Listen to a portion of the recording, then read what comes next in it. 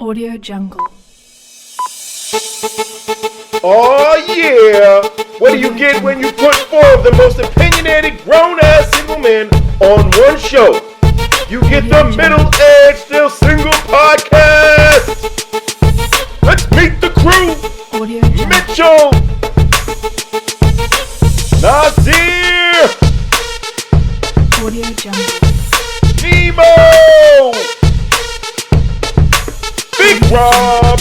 Let's get it! Hey, this is Mitch with Mass. Hey, if you like this content, please make sure you like and subscribe. Tell a few friends to have them tell a few friends. And we'd really appreciate a comment or two as well. Doesn't take any time, a couple seconds, and we appreciate it. Have a great week. All right, good afternoon. Welcome to Middle-Aged Still Single, the podcast. I have all the fellas here with me today. Mr. Mitch, what's up, sir? How are you? I'm fantastic. Nice to see you gentlemen today. Happy Mother's Day to your mothers. Happy Mother's Day. Nas, how you doing, brother? Staying hard. Okay, we're going to talk about that, bro. All right, Nemo, how you doing, man? Yeah, I'm doing great. Another day, another $10,000 for me. I'm good. Oh, damn, okay. All right. I like There it. you go. There you go. So today, gentlemen, we are going to talk about something that most men do not want to talk about. All right, it's kind of a taboo topic, and I guess even the media has kind of made it into like a big secret. It's like a dirty secret. All right, so today we're going to talk about erectile dysfunction. All right, as middle-aged men, we have been affected by erectile dysfunction. Almost, at our age, almost 100% of us have been affected at least one time or another by erectile dysfunction. Before we really kind of get started and get more into like the causes and the options and some of the psychological effects, I'm going to kind of just go around the screen here and just, give me a brief anecdote of the first time that erectile dysfunction had affected you. Mitch, why don't you lead it up, brother? All right. I want to say I was either 18 or 19, and that might be shocking because when you think of that age, you don't think of erectile dysfunction. But the truth of the matter is I had seen a girl at the university or the college I was at. I was a Shasta Junior College at the time, and I'd seen this woman, and I'd seen her around a few times. Turns out she was the older sister of a girl I was acting with at the community theater, and when I finally got to meet her, I had this crush built up on me, and I had these lust desires of her already. That when we had a toga party not too long after that, she actually came on to me. And so my ED was purely psychological. I was stressed out. I was nervous. I didn't have the health issues I have now, and couldn't believe I was in that situation at the time. Was loving that I was in the situation, but it didn't work out for me. I was just too hung up. And she was very cool about it. And eventually I got over it. Sometime later we were able to connect again. But psychologically, at that age, it was in my head. Okay. Nemo, how about your first experience with erectile dysfunction? That is a tough question because I don't know. For me, I think I kind of noticed some of the signs. To me, one of the signs is I don't think I've ever actually had an experience, with a girl, and I had an issue. It was more, I think I was kind of noticing some differences in my body. So usually when you wake up, you should be ready to go. There's something, you should be ready to go. And for some reason, I wake up, I'm like, man, I'm not up and ready. If somebody was here, I would not be ready to go. Usually that's when I'm on top shape. When I wake up in the morning, I'm ready to go. But for some reason, I just could not feel anything. I was like, wait a minute, I need to go see the doctor. So that's when I started noticing, hey, I might want to get checked. So that was it for me. That gave me a good notice to get checked. Okay. Nas, let's talk about your first time or your primary experience here with ED. Man, I would say if you're talking about the classic idea of ED, it started probably mid 30s, maybe 35, where I wanted to and just physically couldn't. I mean, there are times when you're young, you want it, you get too excited, you can't do it. That's not ED. When you get older and your head is ready, but your body is not. Your body is not willing. I think that started probably in my mid 30s, man, where it started being something that was happening more often. That's when I really started to notice that there's some things. I'm changing. My body is changing. I'm starting to not be able to perform or even get ready for performing that like I was when I was in my 20s. Like it was automatic when you were in your 20s, right? You just think about it. A girl walk outside the door, you don't even have to see her, and you're ready to go. But now, at that point, your body's just not connecting, And so I think that's when it happened. And so, but just like everybody else, man, a lot of men out there, I didn't know what to do about it. So you just deal with it. And that's something that we'll get into a little bit more later on in the segment about some of the things that can happen to you when you begin to have those things. Those issues. Man, I think my first experience with ED was probably right around the age of 33, 34, and I was with a new young lady. It was kind of one of the first kind of getting into a relationship after a divorce or after a breakup. And I was really like this young lady, and I was really attracted to her. And I remember one night, we were just out, and we knew from the beginning of the day that this was going to be the night. And we kind of talked about it, and maybe I just built up too much pressure in my head. And when it was time to go, it was really difficult, and it was embarrassing. And I guess kind of the way she responded, almost like just made it worse. And she was trying to be nice about it, but it just didn't. She's like, it's okay. But when you tell a guy it's okay, that makes it worse. Now I'm like, man, something's really wrong here. So that was my first. And then after that, like literally, it really became a psychological factor. Like every time that I was ready to go, it crossed my mind. Like, hey, what if this is the time that it doesn't happen for you? What do you do then? So right around 30, it started to change. And then, I had to go find some other options, man. It was tough. Let me talk a little bit about, as the medical guy here, I'm going to talk a little bit about some kind of, some of the risk factors, some of the causes, some of the scientific stuff about ED real quick here, without making this too heavy. As I'm doing the research for this conversation, we wanted to do this video. I'm listening to a guy, I don't remember his name. He was a doctor, and he was giving a talk at one of the conventions. And it really kind of scared me.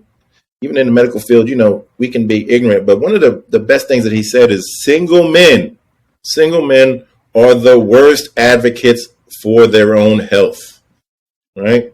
Single men, especially single men our age, because we're trained, we come from that tough generation where it's like, hey, walk it off, no need to go to the doctor, it'll be fine, tough it out, and never really, present, or show weakness. And having an erectile dysfunctional problem, I don't know that there's a greater weakness, in masculinity than that, as far as people think. All right. As middle-aged men, we know a little better. We know that this is just a part of getting older. But so that struck me. And so then as I'm listening to the video, he's starting to talk about, the erectile dysfunction, the non-psychological erectile dysfunction is a much greater indicator of a cardiovascular problem. And he said a huge percent, in one of the studies that they did, a huge percentage of men during the study, and they were doing a study for something totally different, for some kind of prostate thing. They were just using the placebo group. So out of these men that were doing a whole different study, they were asking questions about sexual function. And people that had erectile dysfunction, within 2.5 to 3 years, a huge percentage of them had a cardiovascular event, whether it be a stroke or a heart attack. Right? That is huge. Like it was, that kind of shook me a little bit, man. And then as we go on and we start talking about these causes or like risk groups, like, dude, I know a lot of us have, I have about 6 or 7 of the major factors as far as like what the kind of causes, the erectile dysfunction and causes, which then causes the cardiovascular problems, man. Like, as much as I feel and believe that I'm here for a good time, not a long time, like I'd like to be here for a little bit longer. Like I got a couple more trips to Thailand in me, right? I'm not trying to go anytime soon, right? So some of the things, so obviously heart disease, like people like high cholesterol, high blood pressure, diabetes, these are all things that affect or lead to erectile dysfunction, obesity, tobacco use, sleep disorders, low testosterone, of course. Something that I found out I was surprised about, like certain surgeries, right? Certain surgeries will lead to problems with erectile dysfunction, like anything having to do with the pelvis. Like even certain medications will lead to it, not just the alcohol and tobacco, but like antidepressants, all right, yeah. Beta blockers. So these are all things that will not just lead to it, but add to it. If you already have the problem, add to it.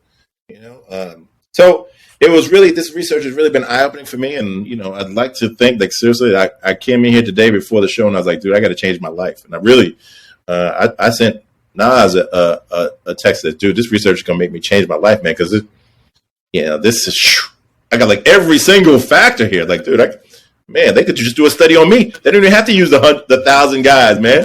They can just call me up. I got them all, man. You're ahead of the curve. You know it, and you know what to change about it, and you're not in denial. Besides alcohol abuse, shit, I'm like the perfect case study here, man. Yeah.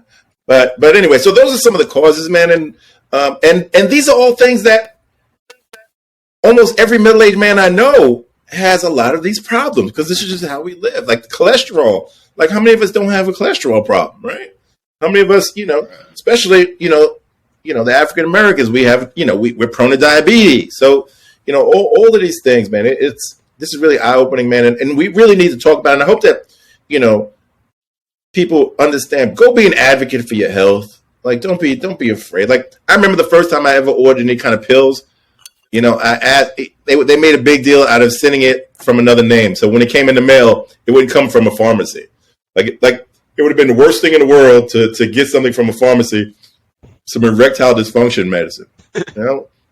We have to do something with that, man. It can't be a secret anymore. It can't be something we don't pay attention to anymore. I'm sorry, man. I kind of went on a little rant there, but Nas, man, I know you were gonna talk about some of the psychological factors, man. But so go ahead, brother.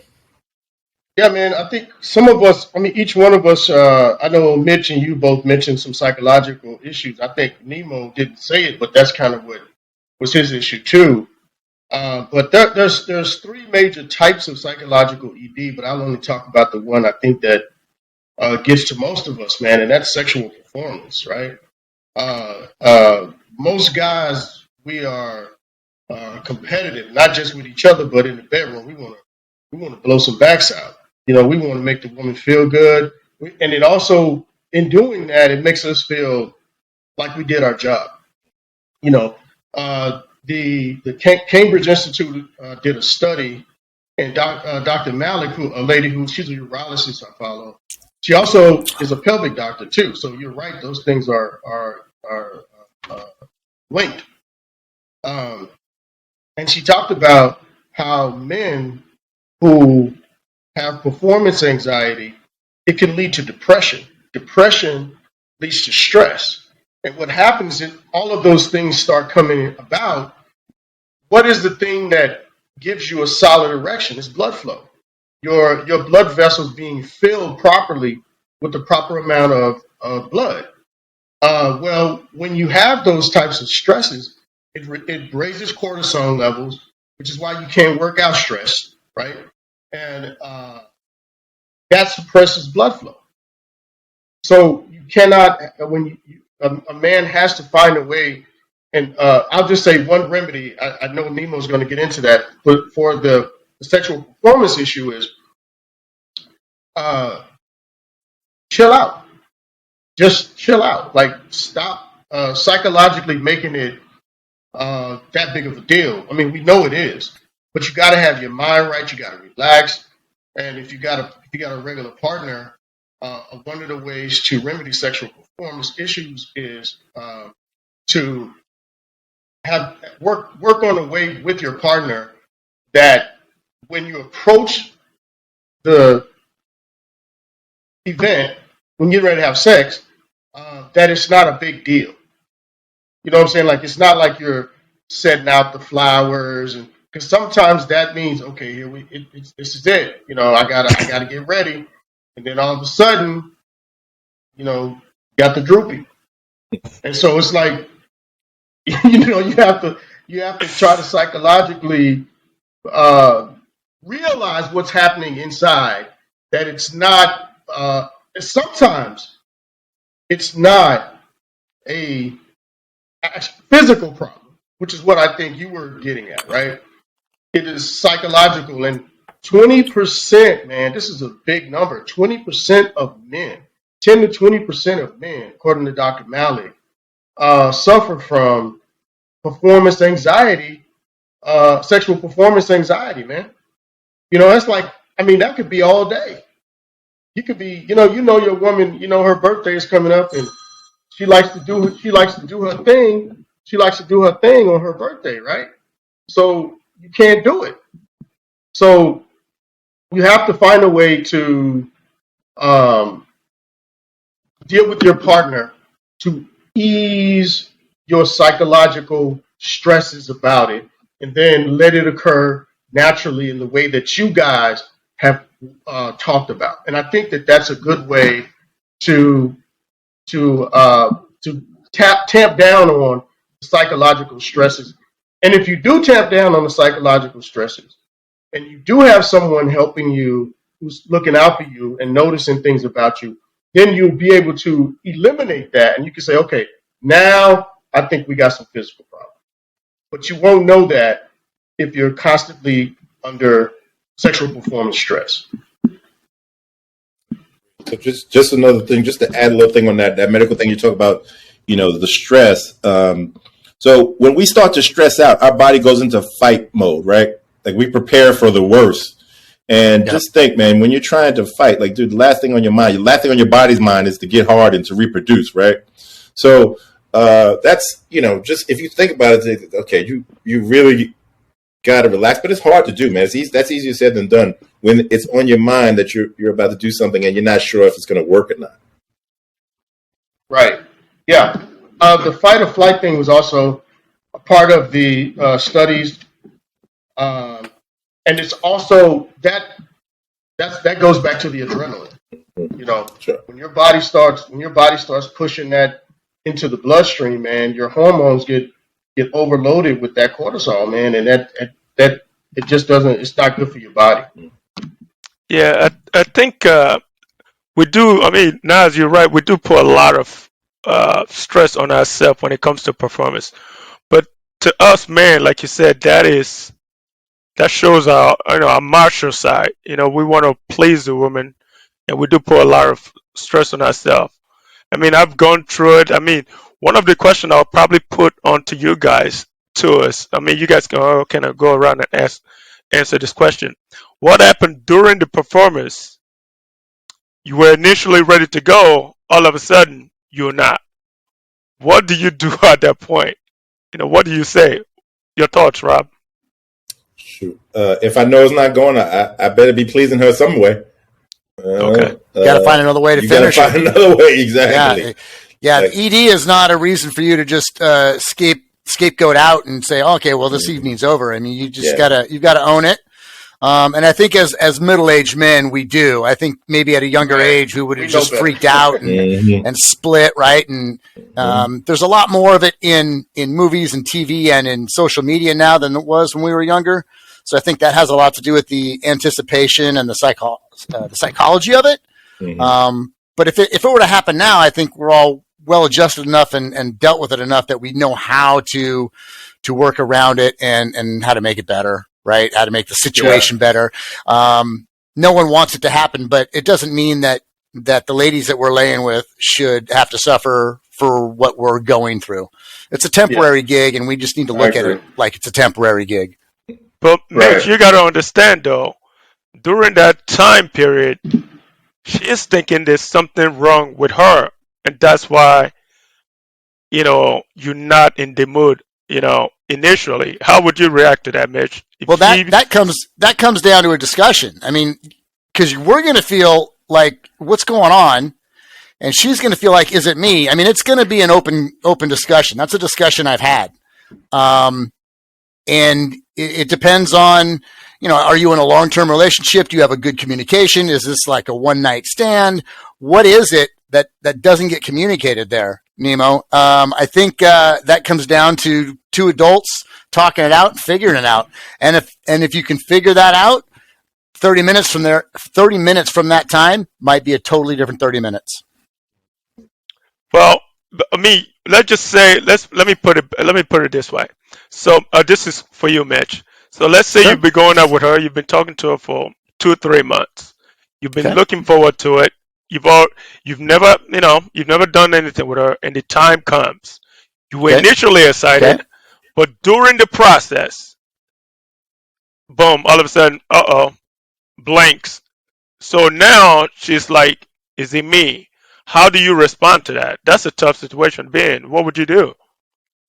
Well, if I'm anticipating it for a couple months and I really like her and I'm excited, I'm gonna write that up to psychology, like Nas was talking about earlier, and like I had mentioned earlier that my first foray into this was when I was 19, and it was all in my head. I was so excited to be somewhere I never thought I'd be that it affected me. And so as I grew older, my 20s and 30s, I didn't really have such a psychological problem because I learned early on that it can be psychological, not physical.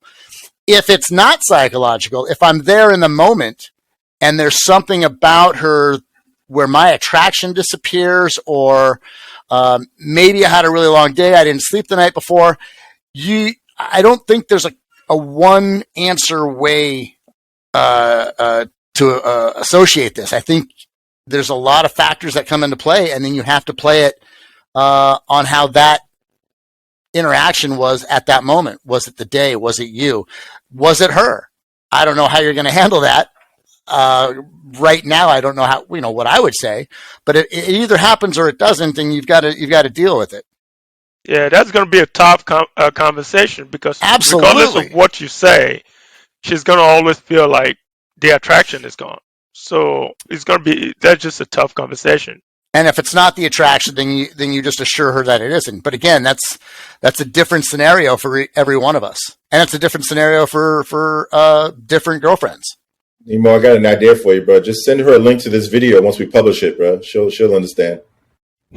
She'll forgive you. Yeah. Hey, I said a situation. I didn't say me now. Don't put me into it. Actually, it was me.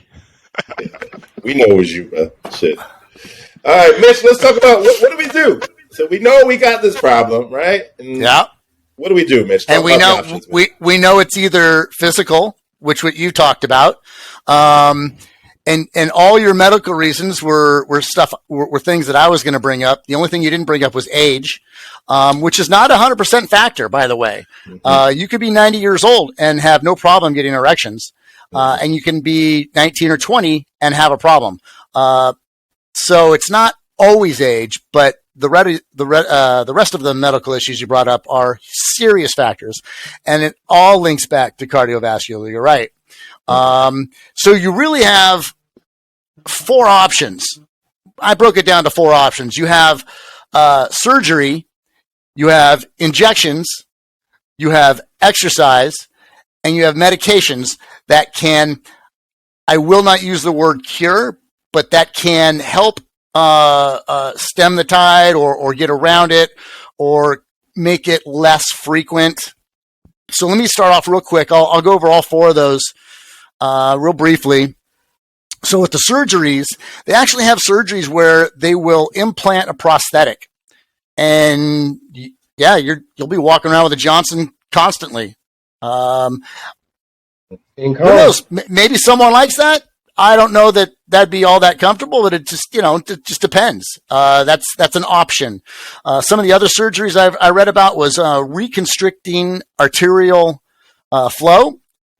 And for those of you who don't understand the cardiovascular system, real basic, arteries carry oxygen-rich blood to the body parts and to the cellular level, and veins return depleted oxygen blood back to the heart and lungs to get more oxygen. So one of the surgeries is to reconstruct the arterial flow for the high cholesterol, the heart disease patients, the people who have factor V Leiden, which is a clotting problem, which I happen to have, and it gives more flow so that your fishing rod is back to seaworthy, catching the big fish. The opposite of that is another surgery is for blocking the veins that allow the blood to leave so quickly. So actually diminishing the flow leaving the fishing rod, so that keeps you erect longer. Those are the three surgeries that are the most common. There's some other experimental surgeries I read about that really aren't worthy of bringing up here. Second, I said was injections. I don't want to spend too much time on this because this just doesn't make any sense to me. But so there are medicines that help us with ED, and the most common being oral pills. But there are injections, and they must be injected directly into the Johnson, into your Johnson, your John Thomas, your Free Willy, whatever you want to call them. And you do it about a half an hour prior to, and it's good. It says, what I read, good for an hour up to plus or minus another 20 minutes or so. But if you're in an active relationship and you have sex 3 times a week, that's 3 injections you're going to have to make into your willy, and that doesn't sound like fun. I don't know how popular that really is. One of the other options is exercise, and I don't mean going to the gym for 3 hours and trying to become Mr. Universe. I'm talking about activity, whether it be 20 minutes on a bike or push-ups or running or lifting weights, for 45 minutes or an hour a day. What's most important is activity. Again, it's linked to cardiovascular. You want to improve your cardiovascular. You want to get healthy with your weight, and that helps all the functions in your body perform a little better, including your blood flow, including your sexual performance. And then the last category I mentioned was medication, and those are the ones that get the most views. They make mention of it in movies and sitcoms, and there's ads constantly. And those are your Viagras, your Levitras, your Cialis, your pills. Now, any of these things, you really need to get with a doctor first, because there are some side effects to these things, and depending on your physiology or your genetic makeup, there could be some really big problems. My family has heart disease and cardiovascular problems, and so I have to stay on top of these. And as much as I would want to take these whenever I could, I really need to make sure I know what's best for me. Now, what I told you were the brand names: Viagra, Levitra, Cialis. There are medicines behind that the doctors will look at to find out what medications you're taking, what your family history is, and how they're going to interact. The funniest to me, though, and my favorite, is Cialis. It's made up of a medicine called tadalafil, and there's nothing better than an erection medicine that starts off with "ta-da!"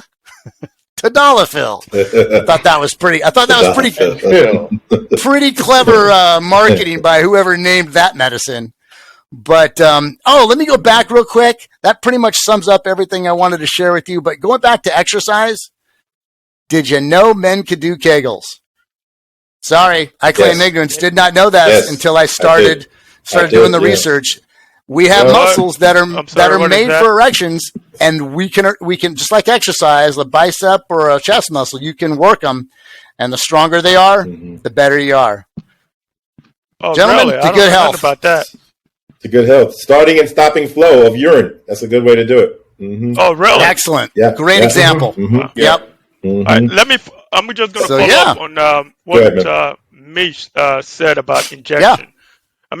We talk about, men performance, how it makes us feel. We want to satisfy a woman, but there's also a cost to this. Mitch mentioned Yeah. injection. I actually had a friend that, I was talking to him last year about something, and he was going out with this girl. She was 25, and this my friend was about, I think, 51 or something like that. So it was like he's taking injection. I was like, why would you take injection? What good is that going to do? So he said he takes it every week, and it's $175 per week. I'm like, why would you spend $175 per week on injection? He was like, well, I just want to be ready at any time.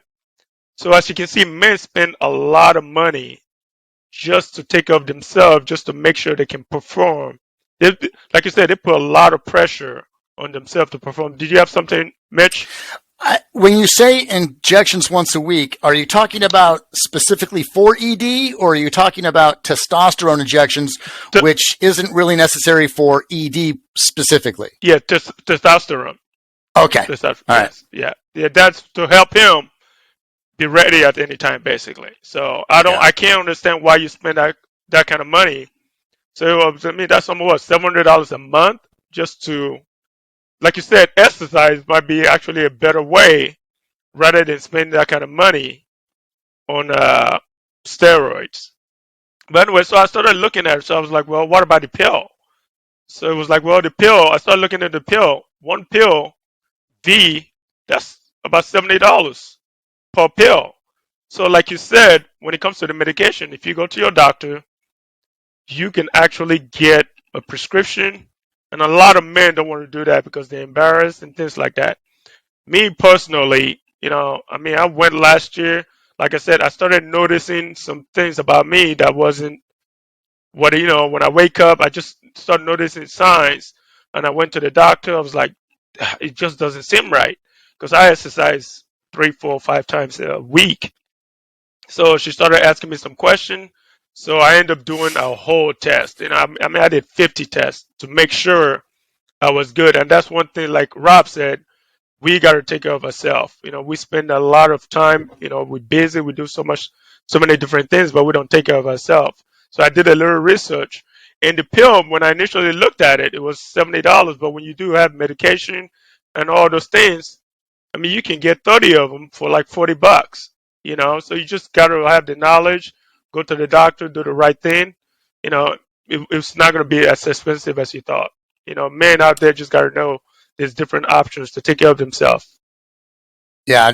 To touch on that, Nemo, I've got a friend who wasn't afraid to go get a prescription, and then he takes that prescription and he sends it to Canada, and he gets like 100 pills for $1 a piece, as opposed to $25 a pill. Yeah. Yeah, in Mexico you can get, there's great deals. It's the costs here are ridiculous because our health system and our drug medication is very expensive. But if these people these men are willing to put in a little bit of footwork and research, they can Yep. find the same pills under a different name and get them a lot cheaper. Yep. Yeah. In Thailand, in most countries, you don't even need a prescription. It's like you can just walk into the Right. pharmacy and ask for it. Correct. Just real quick, that the injectable, from what I understand, is a really good option as far as it working like a higher percentage of the time. The Viagra and the Cialis and the Levitra, they don't work 100% of the time, depending on what the cause is. A couple of bad things about that is, one, yeah, you have to take an injection, into your penis, but it also has to be refrigerated. And so if this is not something you're willing to talk about with your partner, it's kind of hard to hide it in your refrigerator. It has to be a certain temperature. So I had a friend of mine that used it because the pills didn't work for him, and he liked it. He just it was always a secret. He always had to hide it in like some kind of bottle in the refrigerator that his wife or his girlfriend didn't know about. Like you put it into Tripping, man. It is. I know. So much easier, just to be honest. To me, man, listen. Let me say this. Let me say this to the men. Hey, man up. These women don't give a damn. If you are doing what you need to do when it's time, let her get her soda pop next to it, because that's going to remind her of what's going to happen later. Man up. Forget about all this. I'm embarrassed and all that. Forget that, man. We got to just be. This is just like their monthly thing. We deal with that, and we don't have any criticism of women for that. So let's stop trying to find ways to get around it. Yo, she go in there and she see 10 bottles of V. Yeah, she's gonna like that. Huh? She's gonna like that. Oh, absolutely, she's gonna like it, because she's gonna. The problem with that is if you ever not ready. You're gonna be like, well, hey, let me go grab one of these bottles. Like you said, we've accepted what the women's physiology does to her every month, right? And it's nothing to us. It just goes right over us. And if you are dating someone, and even if you're not dating, honestly, I think the women I know wouldn't bat an eye if they knew that we were using something to help us. I think they would be encouraging. I don't know any women who would talk down about that or make me feel bad about myself for that. So maybe it's choices that men are making, but I really do think that us being open and honest is going to benefit us by what you're saying, Nas, because she's going to be ready. She's going to want you to be ready. Absolutely. I'm gonna say this one more thing to guys, man. Listen, personal experience. I had a woman grab a blue pill, set it right next to me, and she was like, she did everything but hold up the go sign. Now, when she did that, I no longer needed the pill. Mm-hmm. I popped it anyway, but I'm just saying it was. What I'm saying is, like, the right person with you is what it takes, right? Because a lot of us are at a place now where we need a little bit more than just a shorty walking down the street. So you gotta be with somebody that's gonna vibe with you. The vibes are all throughout, from the mental to the physical. All of that has to be there. And then you can follow that up with the medicine if you need it. I think Rob and Mitch, you guys mentioned this. I don't know much about the injection. So the injection, does it help you get ready at any time? Or do you take it an hour before time? Like 10 to 15 minutes. The guy that I knew, 10 to 15 minutes beforehand, he was ready to go. Oh, okay. So the injections I were talking about that go directly into the penis, I don't have the notes on the actual drug name for that, but that is specific for that act that's going to happen in an hour from now or a half an hour from now. The one that you mentioned is once a week reminds me of a couple of friends of mine. So I have one who gets it weekly. He goes to the doctor's office and they do it for him, and that's testosterone. And that's for a different reason. It's not just for ED. It helps with sexual performance, but it's not necessarily for ED, and it costs him $50 a week, and that's because he's going to a doctor's office every week to have them administer it. I have another friend who pays $25 a week, and he does it himself at home. So one guy pays more because he doesn't want to have to deal with needles. Another guy does it at home. He doesn't care. And it doesn't go into the penis. It goes into his ass. So the testosterone is more of a muscle energy. Rob, you can help me out with this. It's more of a male hormone that we're lacking as we get older, correct? So it helps in a lot of different ways, well beyond the ED problem. Yeah. All right, gentlemen. Listen, man, this has been a great conversation. Dude, I hope not just men, but I hope women get some value out of this conversation too. To know, the things that we go through, the things that we think about, and I want them to understand as well as the men, dude, this is a natural thing. This is an aging process, and most guys are affected about it. And the more you accept it and allow your man to talk about it, or actually, if you want to start the conversation, the better that relationship is going to be. All right, gentlemen, listen, man, we are off to a flying start here. We've got a guest ready, knocking on the door to come in, and fantastic. let's get to it.